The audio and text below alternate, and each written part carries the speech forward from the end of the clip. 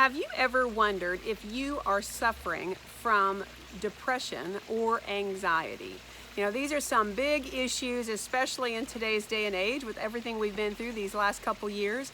And I think the numbers of people that are being diagnosed with depression and anxiety has gone through the roof. We've all been aware of these horribly increased statistics of depression and suicide and so many things that are going on and people really struggling to cope. So how do you know when it's a specific issue with like depression or anxiety versus day-to-day life and you're just kind of worn down by the grind?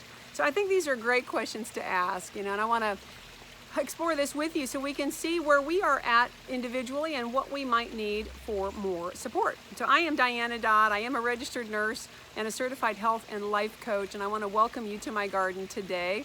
I love to support others, and I realize that a lot of my clients come to me largely because they are dealing with issues that might involve depression and anxiety. Maybe it's toxic relationships or something that they've dealt with in their life, and it might have been a catastrophic life event that they are just really struggling with. And I think it's a good idea to explore what actually constitutes specific depression. So there's a Dr. Neil Nedley who has done a tremendous amount of really valid work in this area, and he has put together a wonderful program that is called DARP, and that stands for Depression and Anxiety Recovery Program. So this particular program can be done in a residential setting where people go and they stay for 8 to 10 weeks, and they live there and they get treatment and counseling, and they're fed nutritious food, a largely plant-based diet. They get exercise and are really encouraged and supported. And then there's also a community program where participants are able to meet once a week, often at a meeting space like a church, and you're able to go every week for 8 to 10 weeks and enjoy the support of the lecture first and then a small group setting. So I have gone through this program myself and found it to be a brilliant brain enhancement program, and I recommend it just for that. But it has extra components in this particular program by Dr. Nedley that address specifically depression and anxiety. What is it and how to recover your life and get back, because there is hope. So I want to cover a few highlights from Dr. Nedley's workbook. I'm going to show that to you. He's got a textbook and a workbook, and whenever somebody's a part of the program, you have a benefit of a number of textbooks and materials. But the thing I think that's important is to understand, how do we know if it's major depression? How do we know when we need extra support, right? So, one detail of the human brain is that it has more than 1 billion, that's with a B, cells. And we honestly can't hardly fathom how much a billion is, much less, excuse me, it's 100 billion. I think I just said 1 billion. So 100 billion cells in your brain, more complex than we can comprehend, more complex than modern science has been able to figure out. So, there's a huge statistic of people that have been diagnosed with depression. One quote that I thought was fascinating was, if you diagnose major depression and prescribe an antidepressant, that's a lot like a doctor seeing a patient with a chief complaint of swollen feet and then diagnosing swollen foot syndrome and prescribing a diuretic. So I think that's a really important thing to realize. So the diagnosis doesn't really of depression doesn't give an indicator of the cause of the disease. Okay, so the impact of depression is huge. People are 7 times more likely to lose their job. It affects every area of your life. It affects even 1 in 3 people, and that was before COVID. And it costs billions of dollars in years annually as people seek treatment. So, there's a thought that if you have major depression, you can start to understand that it's major depression by having at least 5 out of the 9 following symptoms and have not had a recent obvious emotional trauma. If you've just experienced the death of a loved one, if you've lost a job, if you've had an obvious event in your life that's caused this issue, then that's not the same as chronic major depression. So when you have at least 5 of the next 9 symptoms for the majority of the time for 2 weeks or more, then that's a time to realize you might need more support. So let's run through them. The first is deep sadness or a feeling of emptiness. Second one is apathy or loss of interest. Third is agitation, or the opposite, where you just feel like you've slowed down. fourth is sleep disturbances, and that's whether you can't get out of bed at all and you just want to sleep all day. I've known of people that would sleep for 20 hours and still not feel rested, or the opposite, that you can't get to sleep at all. You're not sleeping at all. So it can be one or the other. The fifth is weight or appetite changes. The sixth is lack of concentration, just not being able to keep your mind on a task at all. The seventh is fatigue, just absolute constant fatigue. The eighth, feelings of worthlessness. And the ninth is morbid thoughts.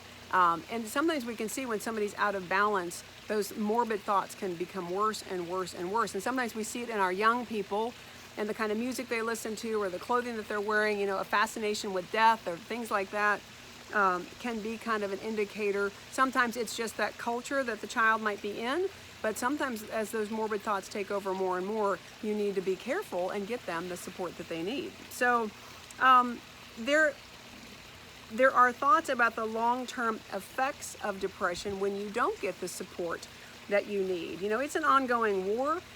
The practical way to treat depression is to come at it from all sides, trying to treat every aspect that might be an underlying cause and being holistic. And I think that's something that I loved when I got trained in holistic health and trying to look at the body as, and I always say, as a garden. Your life has many different interconnecting aspects that each require attention so that you can grow and flourish. So Dr. Nedley has looked at the idea of major hits that will cause depression. So there's the top 10 hit categories would be a frontal lobe issue, like whether you've had an injury or something that's happened to that frontal lobe. The second is lifestyle choices. Third is your sleep cycle, your circadian rhythm. If you're not getting enough good sleep, that's really going to affect the brain's ability to function. The fourth is nutrition. What kind of nourishment are you giving the body? Is it getting enough omega-3s and some of these other things that the brain requires to do its housekeeping and its building of its cells and all of those neural pathways? The fifth is toxins, toxic chemicals maybe in your home environment and things that your body is exposed to that may be at work, or just even general cleaning products can be very, very toxic.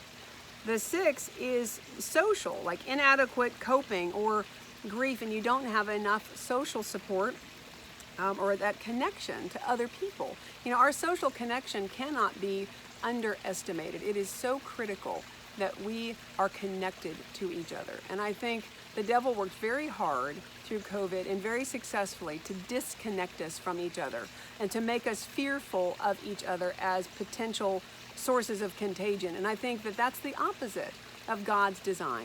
We were created to live in community and to connect with each other on a deep level and have good relationships with each other without fear, like we've been had thrust upon us. So I think that social connection can be one of the first building blocks. So after social comes the seventh, which is addiction. Those are things that can really lead to depression. Eighth would be a medical condition. Ninth, something that's developmental. And then 10th, there is a genetic component that sometimes people have to deal with. So those are the top 10 hit categories. So you can find out what categories or which one of these might be impairing your brain, and then kind of make the choice to eliminate or reverse those, because there are things that we can control, like what time you get into bed. When it comes to nutrition, the kind of things that you take in, and are you getting enough not only nutrients in your diet that the brain needs, but the water that you need. Your brain is about 75% water, and if it's not getting enough, there's nothing else in your life that will make up for that, the effects of dehydration. So, and you can absolutely get ready for a much better, more productive life that is filled with better decisions and better economics and greater life satisfaction. I think these guidelines that we can follow, and a lot of them are biblically based. When you look at the body and how it best works, it's going to follow a higher ideal, right? So, is there more that can be done for you than what you might be doing already? I think the simple answer is yes. There is always hope for healing and restoration. The diagnosis, again, doesn't give, if you've been diagnosed with depression and maybe you've been put on an antidepressant, that may have not given you any clue to the cause. You might know some things that you've dealt with in your past, but you may wonder, why can't I get past this. Especially if it was something that happened many, many years ago, or maybe you felt like you've struggled your whole life with dark thoughts and with this feeling of worthlessness. I think that one of my favorite ideals is to follow, and I'm going to paraphrase a verse from the Bible that says to call those living in darkness and in the shadow of death out into his marvelous light. And that's, I think, what we all want. We all want to live in the light, and none of us need to live in darkness or in that shadow of death. So, and as a health coach and a life coach, I think my personality has always resonated with this idea of coming into the light. I've gone through some major life trauma with death of my father when I was 15, my mother's catastrophic stroke when I was 30, and caring for her for 12 years. I dealt with infertility for years before we were able to have Fiona.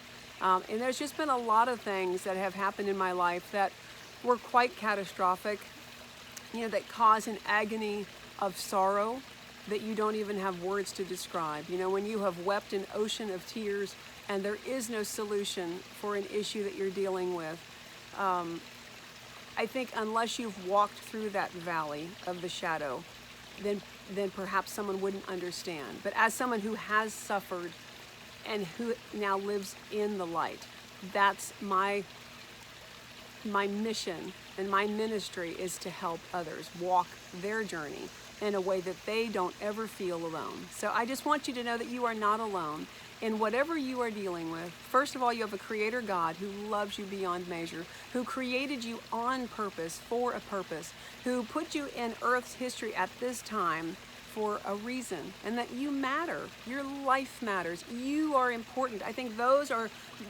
such critical truths for you to be able to internalize. And if you would be benefited to work with somebody, whether it's a licensed counselor or someone like myself, I encourage you to reach out for support. Reach out to me. I would love to connect with you. And just make sure that you're not trying to go it alone. If you have friends that could be a good support, that's wonderful. But sometimes our friends or those that are in our personal life, they may not get it, and they may say things that they think are helpful that might even be causing you more pain. And often family members might unintentionally minimize your pain or your sorrow. So get the support that you need, and often that might be outside of your immediate circle. And I think it's important to get the help of a trained person, that could actually help you walk through some of your things and give you some more tools in your toolbox to deal with them. So, I think if we want long-term solutions and we want to live the vibrant life of balance and joy and peace that we're created to live, we have to do that on purpose. So I just wanted to start sharing some thoughts about the initial recognition of depression and anxiety. I think it's said that we either know somebody with a mental illness, if we want to call it that, or we ourselves have one. It's one or the other. So you probably know people in your life that you would recognize that are depressive or that suffer from anxiety, or both. And then if you recognize some of those things in your own life that we've just talked about, I think it's important to get support, and it's important to know what you can do. So the next video I'll share what are some of the first things that we can do to start that healing process and the recovery, because there is hope. We can recover. And even people on medication, Dr. Nedley's program, the residential program where people go and stay, 93 to 94% success rate, 100% coming off of medications for those people, so that 93% experienced complete freedom from their symptoms. And even in the community program where people are meeting once a week, that has like an 83%. So it's very close success of getting resolution of their symptoms. So it can be done.